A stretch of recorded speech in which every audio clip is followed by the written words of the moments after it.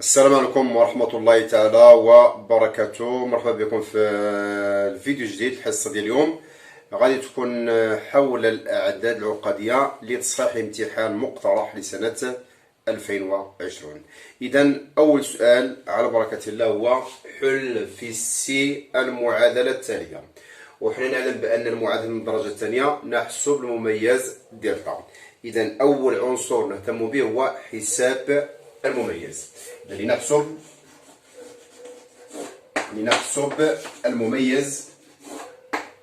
المميز دلتا، حيث دلتا كتساوي بوس 2 ناقص 4 أصي. بوس 2 كتساوي 4 بوس 2 ناقص 4 أصي. نعوضو كل عنصر بقيمته ونحسبو الدلتا ديالنا. إذا تساوي ب هي ناقص 2، أ هو 1 ثم سي هي 4. دائما هاد أول بوسيط وخد الإشارة ديالهم.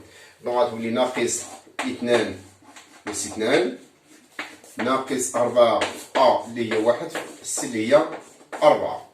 نحسبو دونك هي 4 ناقص 16 كتساوي ناقص 12. إذا دلتا سالبة، ماذا يعني؟ أن المعادلة تقبل حلين عقديين مترافقين. إذا الاستنتاج، إذا دلتا أصغر من زيرو للمعادلة حلين عقديين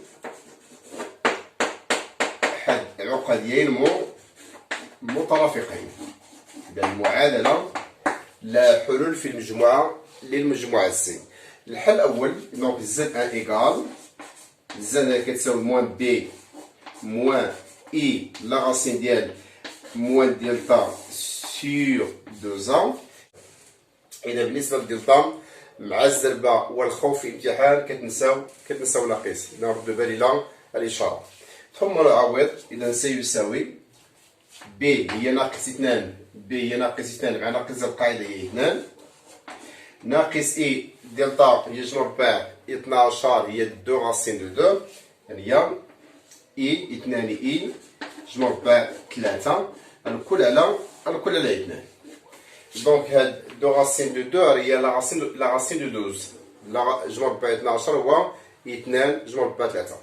دونك هنا ما نخليوش في هذه الصيغه لان عرفنا بان لي كومبلكس عندهم صيغه وحده اللي هي الكتابه الجبريه.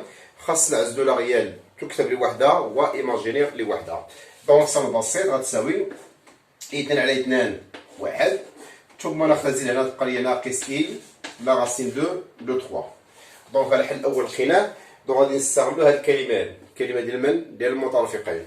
الحل الثاني هو الحل 2 ايكال غادي يساوي الحل الاول باغ، يعني المرافق ديال الحل الاول. والمرافق ديال هذا هو نغير فقط الاشاره ديال لا بارتي ايماجينير، يعني الجزء التخيلي. اذا ايكال 1 زائد اي لا راسين دو 3. اذا لقينا الحلين ديالنا. غنشوفوا دابا مجموعات الحلول. اذا الاستنتاج، اذا ف اس دون سي ايكال هي 1 ناقص اي جمع ربع 3. والحل الثاني هو 1 زائد اي جمع ربع 3. هو الحل او السؤال الاول اللي مطلوب لنا هو الحل معادله من الدرجه الثانيه في المجموعه سي. اذا ثانيا نعتبر النقطه التاليه. نعتبر النقطتين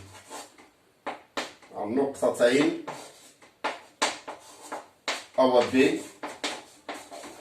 حيث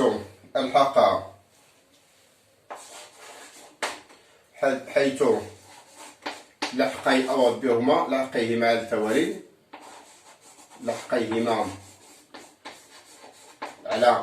التوالي، هما A إيكال 1 بلس إي و B إيكال 1 موان إي لا راسين دو 3.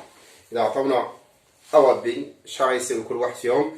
اشنو هو السؤال اللي مطلوب؟ السؤال الثاني هو عطاونا معطيات جديدة اللي هي نعتبر نقطتين أ و بي لاحقيهما على التوالي. أ هي 1 بلس إي و بي هي 1 moins I racine de 3 اللي مطلوب منا هو بين أن A sur B كتساوي 1 moins racine de 3 sur 4 plus 1 plus racine de 3 sur 4 fois I. إذا خصنا نطبقوا من هذا اللي مطلوب مننا ونبينوا التعبير اللي مطلوب. إذا لدينا A sur B إيكال ونعوضوا A بقيمتها هي 1 زائد إي ونعوضوا B بقيمتها هي 1 ناقص إي راسين 3 إيكال. هنا لي كومبلكس هذا تكتب بكيفية واحدة هي الكتابة الجبرية، يعني ما نخليوش إي في المقام، ما يبقاش إي في المقام. دونك اش غنديرو غادي نضرب هادشي كله في المرافق للمقام. إذا المقام عندي 1 ناقص إي لا راسين دو 3 حنا خصنا نضرب في المرافق ديالو. وما هو المرافق؟ هو نغيرو الإشارة ديال لابارتي إيماجينير. دونك عامل لي 1 زائد إي لا راسين دو 3. دونك ناخدو 1 زائد إي عامل لي 1 زائد إي لا راسين دو 3. إذا فقط ضرب في مرافق. دابا نشرو ونبسطو الحساب ديالنا. دونك إيكال ناخدو المقام، نعرفين المقام بالقاعدة ديال الدرس قال لكم بأن أ بلس إي بي عامل لي أ موان إي بي اش كتساوي أ كاري بلس بي كاري. دونك هاد المقام اش غيدار فيه؟ غدار فيه لابارتي ريال او كاري بلس لابارتي ايماجين او كاري.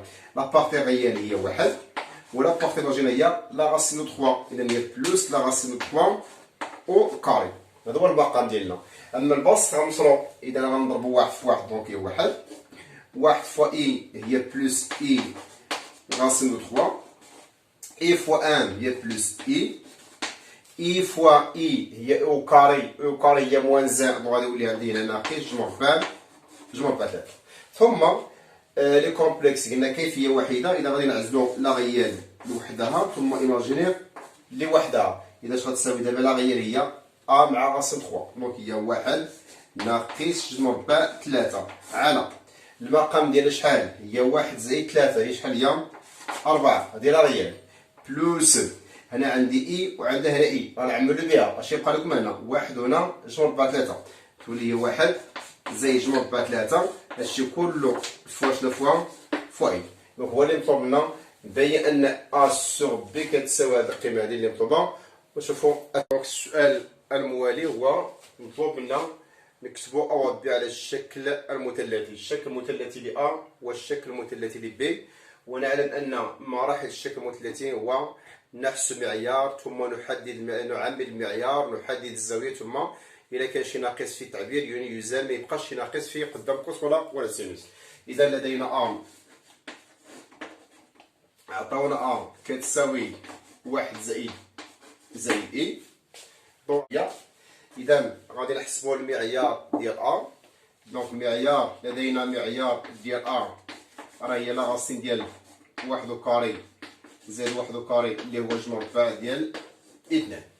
إذا با حسبنا المعيار ديالنا نحسب المعيار ثم نعمل به المعيار دونك أ إيكال نعمل المعيار اللي هو لا راسين ديال جوج عامل الوحدة لا راسين ديال جوج بلس إي وحدة لا راسين ديال جوج.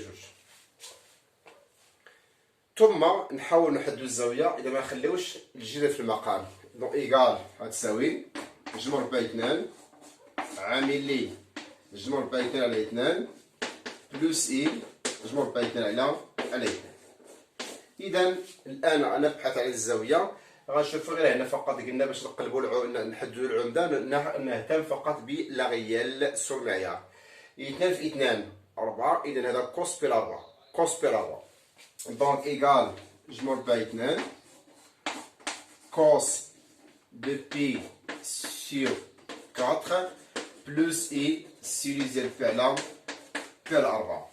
ثم بما أن ما كاينش ناقص قدام حتى شي كوسينوس إذا غنكتبو الشكل المختصر. دونك وبالتالي ف أ إيكال الشكل المختصر هو لا راسين دو 2 والعمدة هي فعل 4. إذا لقينا الشكل المثلثي ديال أ. نشوفو دابا الشكل المثلثي ديال بي إيكال بي كتساوي قلنا 1 ناقص إي لا راسين دو 3. إذا نفس الطريقة نبحث عن المعيار دو بي. إذا لدينا المعيار ديال بي إيكال بيغال لا راسين ديال 1 كاري زائد لا راسين ديال موان 3 كاري. ونحسبو إذا غنبسطو شحال غتساوي، إذا تولي 1 زائد 3 هي 4. دونك المعيار ديال بي كتساوي 2. نفس الطريقة سنعمل بالمعيار، نعمل المعيار ومنه فبي كتساوي 2 عامل لي 1 على 2 كالمعيار ديالنا ناقص إي مجموع ربع 3 على 2. بالنسبة لإي دايما نحاولو ما نقسموش إي، دايما نقسمو المعامل ديالها. دونك هنا غتبان لي 1 زائد 2 3 هي كوس بي سور 3. دونك إيكال هي 2 عامل لي كوس بي سور 3 موان إي سينوس نفس الزاوية هي بي على 3. دابا لقينا العمدة، إذا ما كاين مشكل في كاين هو واحد ناقص قدام السينوس، هاد ناقص يتزال. دونك إلا كان كوس بوحدو موجب وهذا سالب هذا غنديرو موان تيتا. إلا كان كوس سالب وهذا موجب غندير بي موان تيتا. إلا كان هذا سالب وهذا سالب غندير بي بلس تيتا ونحيدو ناقص. دونك حنا اش عندنا السينوس بوحدو سالب، دونك غادي تدخل الزاوية عند ناقص عند الزاوية. إذا هي كوس ديال موان بي سور 4 بلس إي سينوس دو موان بي سور 3. ثم نكتب الشكل المختصر، وبالتالي الاستنتاج ديالنا وبالتالي بي غتساوي الشكل المختصر دو إي موان بي سور 3. دونك هذه كتابة الشكل المثلثي ادي ا و بي. نشوفوا السؤال الموالي اللي طلبنا هو ان نستنتج كوس ديال ا على بي شحال يساوي. اذا جيم اذا الف با جيم يستنتج باء، اسمها باء يستنتج جيم يستنتج ان ا sur b égale à la racine de 2 sur 2 facteur de cos ديال 7p sur 12 plus i sinus ديال 7p sur 12. إذا نطلبو منا الشكل المثلثي ديال a على b.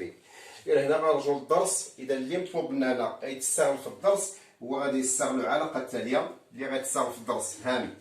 إذا غادي يستعملو z sur z prime، z sur z prime اش كتساوي؟ إذا خصني نكتبو هذا على الشكل المثلثي اللي هو بوحدو البسط بوحدو على الشكل المثلثي، ونكتبو المقام كذلك على الشكل المثلثي اللي هو شنو اللي هو ار بريم تيتا بريم، يعني كل واحد على الشكل المثلثي.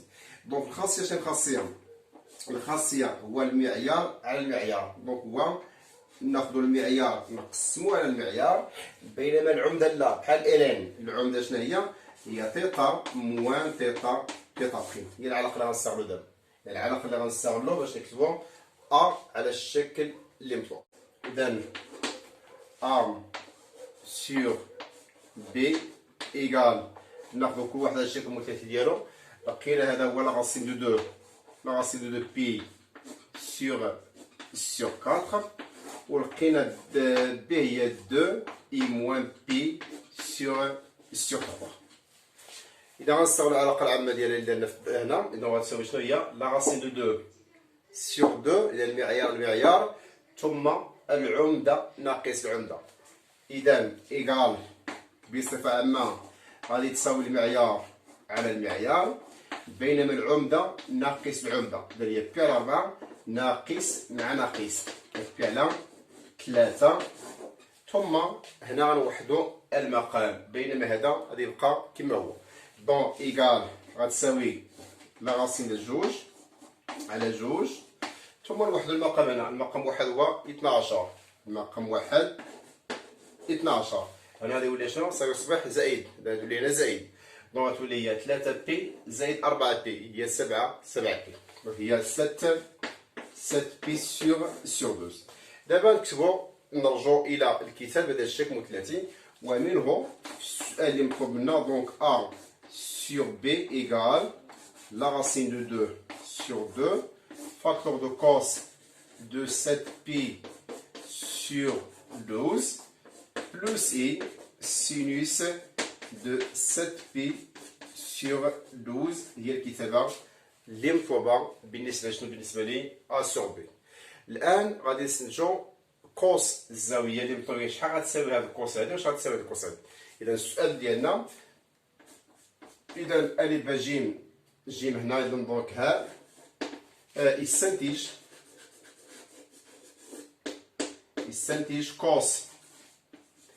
cos 7pi sur 12 و sinus de 7pi sur 12. دونك شحال غيساوي كوس وشحال غيساوي السينوس. هو السؤال شنو؟ سؤال عادي بسيط، فقط خصنا نكونو نتعاملو معاه بالضبط ديالنا. إذا فيما كيكون طالبين هاد السؤال إلا خص يكون عندنا شنو؟ خص يكون عندي عنصرين. شكون هما؟ خاص يكون عندي الشكل الجبري والشكل المثلثي. خاص نشوف من خلال الشكل المثلثي شكون اللي عطانا 7 بي سور 12. شكون هو العدد اللي عطانا 7 بي سور 12؟ هو A على B. إذا خصني نقلب على الشكل الجبري ديال A على B والشكل المثلثي ديالو كاين ها هو الشكل المثلثي. إذا شوفوا دائما بالنسبة للسؤال دائما هام بالنسبة لهذا السؤال اش كنديرو للإجابة على هذا السؤال؟ نقارن الشكل الجبري والشكل المثلثي. الشكل الجبري والشكل المثلثي. إذا دائما فكروا في هذا العنصر، هي مقارنة الشكل الجبري والشكل المثلثي باش نجاوبوا على هذا السؤال اللي مطلوب اللي هو قياس الزاوية. إذا اش غنكتبوا لهم هنا؟ غنكتبوا لدينا A على B ككتابة جبرية ثم كتابة على الشكل المثلثي. لدينا A sur B كتساوي 1 moins la racine de 3 sur 4 plus I facteur de 1 plus racine de 3 sur 4. ثم في نفس الوقت سنقلبوا على الشكل المثلثي. وما هو الشكل المثلثي؟ هو la racine de 2 7 pi sur 12 نكتبوها و إيكال هي la racine de جوج على جوج ثم 7 pi sur 12. إذا نشوفوا الدرس يعني أشياء علاقة كيفاش غنجاوبوا دابا. إذا بصفة عامة يعني كيفاش غنجاوبوا على هذا السؤال هام؟ نعلم أن كوس الزاوية تيتا راه كتساوي لا غيال ديال زاد على المعيار ديالو، هذا هو الكوس. دائما نعلم أن الكوس هو لا غيال على المعيار، وأن السينوس ديال نفس الزاوية تيتا راه كتساوي إيماجينير دو زاد سيغ معيار دو زاد.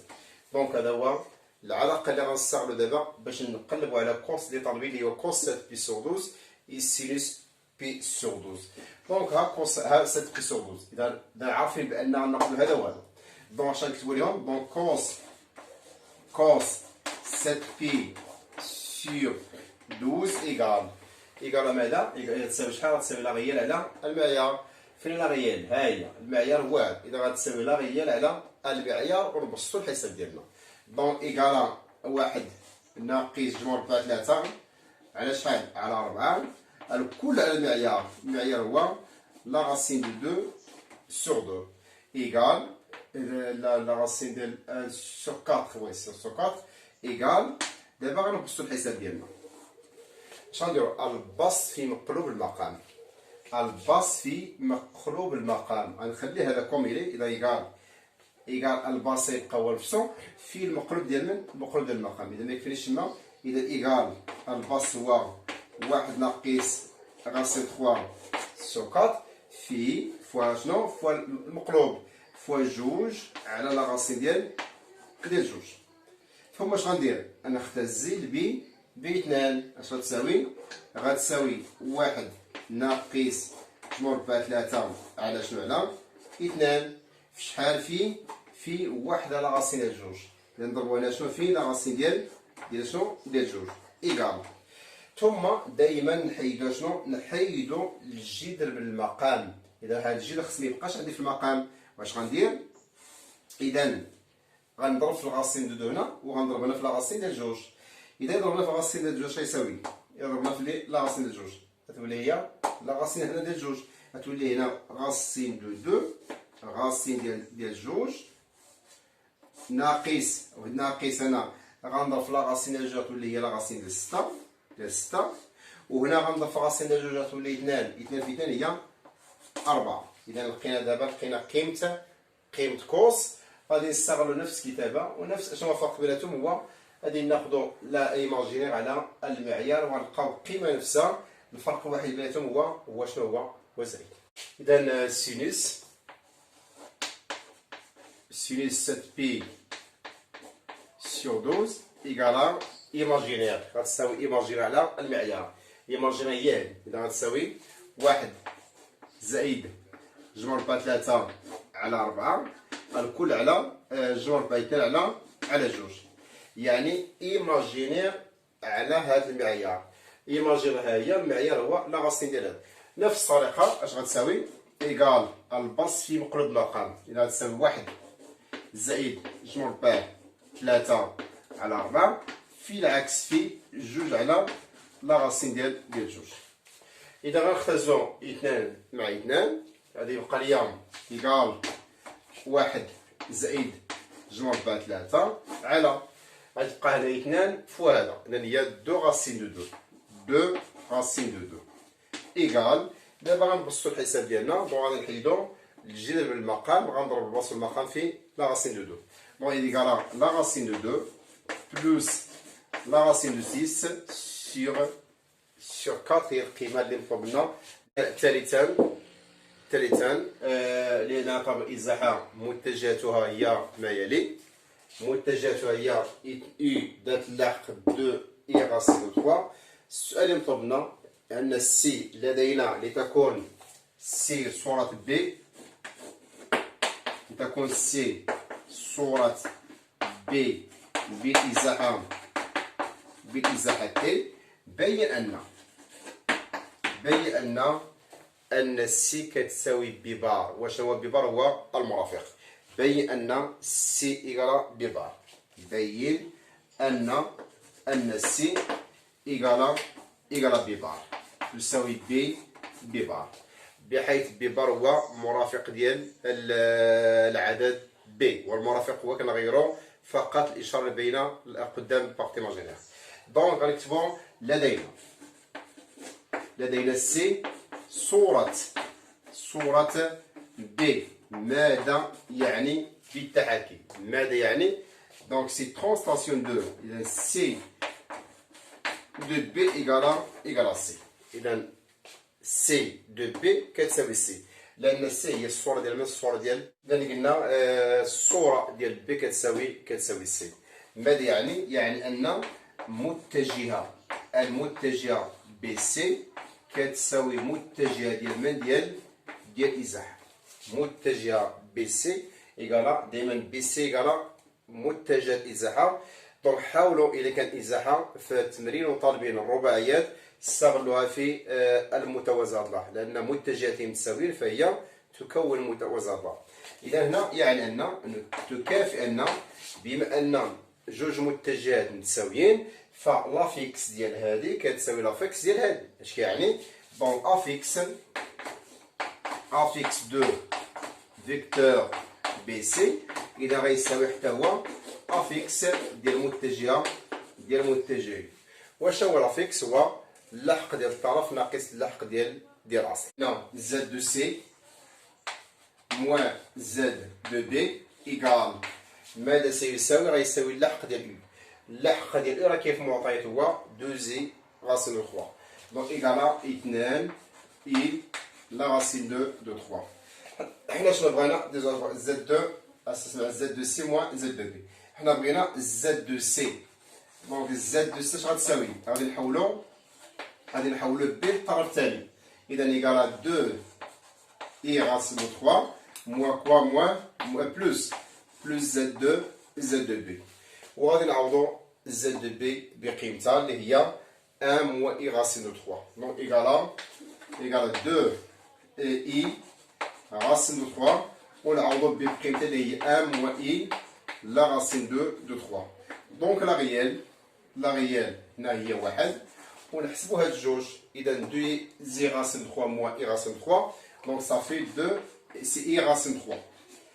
دونك الا مشينا للمعطيات، غنلقاو بان بي هي 1 موان اي راسين 3. 1 موان اي راسين 3 واش هو المرافق ديالها؟ 1 موان شنو؟ 1 موان 1 بلس اي راسين 3. غنكتبو هنا لدينا بي ايكالا 1 موان اي راسين دو 3 امبليك يعني شنو؟ ان سي هي اللي كنقلبوا عليها. هذا ماذا يمثل؟ هذا يمثل المرافق ديالو، لان هذا مرافق ديال 1 موان اي راسين دو 3. دونك سي اش غتساوي بي بار. اذا بينا بان السؤال يطلب لنا بان سي كتساوي بي بار، هو اللي مطلوب في السؤال. اذا اللي مطلوبنا هو تحقق ان ارغيومون ديال بي سور سي كتساوي موان دو بي سور 3 مودولو دو بي. اذا بترديد دو بي. كيفاش غنبين بان هذا؟ اذا غنستغرب الاستنتاج فقط، يعني تحقق واش هذا كيساوي هذا. حنا عندنا شنو؟ عندنا سي كتساوي بي بار، وعندنا بي لقينا اللاحق ديالها. اش غنكتبوا لهم؟ لدينا شنو؟ لدينا ارغيومون دو بي. في السؤال الاول لدينا ارغيومون دو بي ايكال، يعني ملي كتبنا الشكل المثلثي ديال بي اش لقينا موان بي او بي سور 3 موان بي سور 3. هذا هو الان لاغومون دو بي.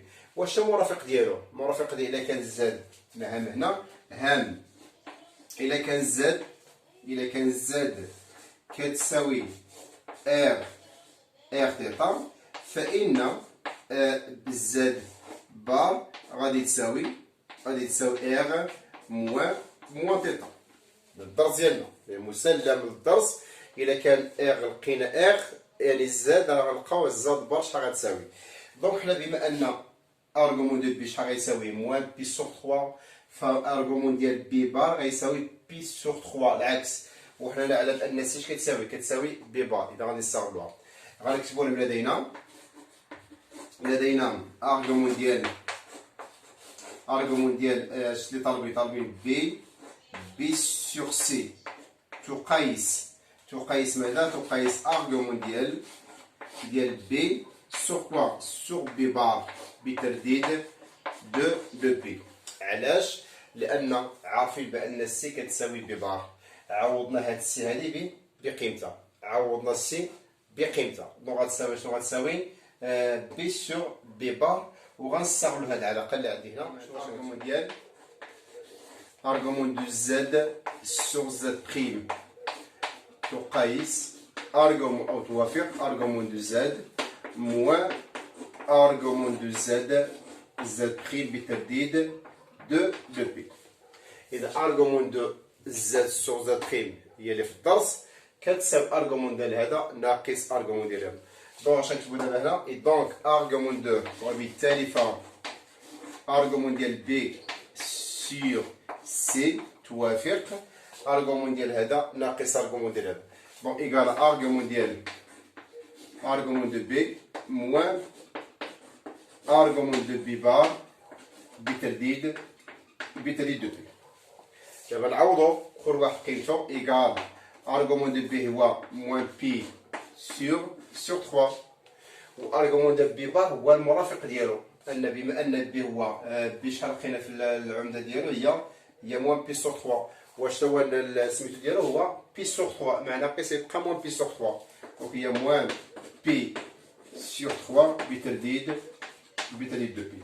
دابا غنجمعهم امبليك كو ارغومون دو بي سور سي راه توافق موان دو بي سور 3 بترديد دو بي.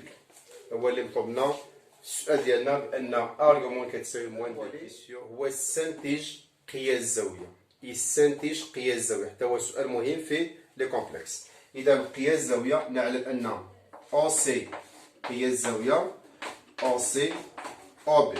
يعني خصنا نعرفو الفكره شحال كتساوي هاد قياس الزاويه. اذا قياس الزاويه او سي او بي اش كتساوي ارغيومون يعني العمده ديال دايما بداو من اليمين بي موان ا موان ا سور سي موان او. اذا هذا ناقص هذا. المهم المتجهه الثانيه هي اللي كتكون البسط. المتجهة الثانية هي البسط. دونك توافق ارغومون ديال من z de b moins z de o sur z de c moins z de o. z de c moins z de o بترديد دو بي. دابا غنعوضو كل واحد بقيمته. نعلم ان الزد او شحال هي زيرو، وان بي هي بي صغيره، وان سي هي سي صغيره. اذا ماذا سيوافق؟ توافق ماذا؟ توافق ارغومون ديال بي ناقص زيرو غادي يبقى بي على شحال؟ على سي. توافق شحال؟ ديال شحال تساوي؟ هنا لقينا هذا، لقينا شحال لقينا فيا؟ موان دو بي سور 3. لقينا الحساب. إذا توافق شحال؟ توافق دو موان أو دو بي موان دو بي موان دو بي سور 3 بترديد دو بي هو قياس الزاوية اللي مطلوب. إذا قياس الزاوية اللي مطلوب ديالنا دايما كيساوي أرغومون، وهنا يكتب على الشكل المثلثي باش نقلبو على الزاوية. حنا ديجا حسبنا لقيناه، غنعوضوه ديريكتومون لأن عطاوني السنديج، يعني راه كاين ديجا النص ديال الجواب في آخر السؤال هو بين أن بي معيار ديال بي كتساوي معيار ديال سي، واستنتج طبيعة المثلث أنه غالبا نشوف واش يكون متساوي الساقين أو كما يكون. إذا ثم استنتج طبيعة المثلث أو بي سي. إذا أول عنصر كذلك نهتم به هو عنصر دائما هام ديال الدرس، أن التمرين كله غادي يكون من الدرس، ما كاين لا بيج لا والو. إذا نحاولوا فقط نطبق نستغلوا الدرس ديالنا. إذا بصفة عامة مسافة، دائما مسافة شنو هي؟ هي معيار. نفكر في المعيار. باغي المعيار مسافة معيار. إذا التأويل الهندسي المعيار هي المسافة. إذا نجيو نطبقوا دابا هذا. لدينا معيار ديال بي اش كيساوي المعيار ديال اش ديال واحد شنو؟ واحد ناقص إلى غاسين دو 3. وما هو المعيار؟ هو جذر ديال لا ريال او كاري بلوس ايماجينير او كاري. ملي غنبصو غادي نلقاو 2. ثم معيار ديال سي نفس الطريقة، غادي نعوضو سي بقيمتها شنو هي؟ معيار ديال اش؟ معيار ديال واحد زائد اي لا غاسين 3. او غنستعملو مباشرة نقول بأن سي راه هي مرافق ديال بي، دونك غتساوي هي حتى هي 2. دونك إيكال لا راسين ديال 1 au carré بلوس لا راسين دو 3 au carré. دونك حتى هو غنبسطو هي شنو غتساوي 2. دابا شنو هو الاستنتاج؟ أن معيار يساوي معيار. المعيار ديال بي راه كيساوي معيار ديال سي. وما هو التأويل ديال المعيار؟ هي المسافة. إذا خصني نجبدو المسافات من هاد المعيارين. إذا كتبوا لهم لدينا معيار ديال بي كتساوي معيار ديال سي. وقلنا في الدرس ان المعيار ديال ا بوحدو اش غيكون؟ هو المسافه او ا. المعيار ديال بي هي المسافه او بي، لان بصفه عامه شنو المعيار المسافه ا بي؟ المسافه ا بي هو معيار ديال زد دو بي موان زد دو ا. دونك اش غيكون دابا هنا؟ غادي يكون شنو؟ غادي يكون امبليك بي غادي نقصو منو زيرو بحال ما درنا والو. اذا ايكالا شنو؟ ايكالا معيار ديال سي ناقص زيرو. إذا شاهد المسافة اللي عندي هنا هي المسافة أو بي والمسافة أو سي. إذا الاستنتاج هنا فالمسافة أو بي كتساوي المسافة أو سي. وما هو الاستنتاج؟ أن المثلث أو بي سي فهو متساوي الساقين في النقطة اللي كتعاود جوج مرات. شنو هي شنو هي أو؟ استنتاج. إذا ف أو بي سي متساوي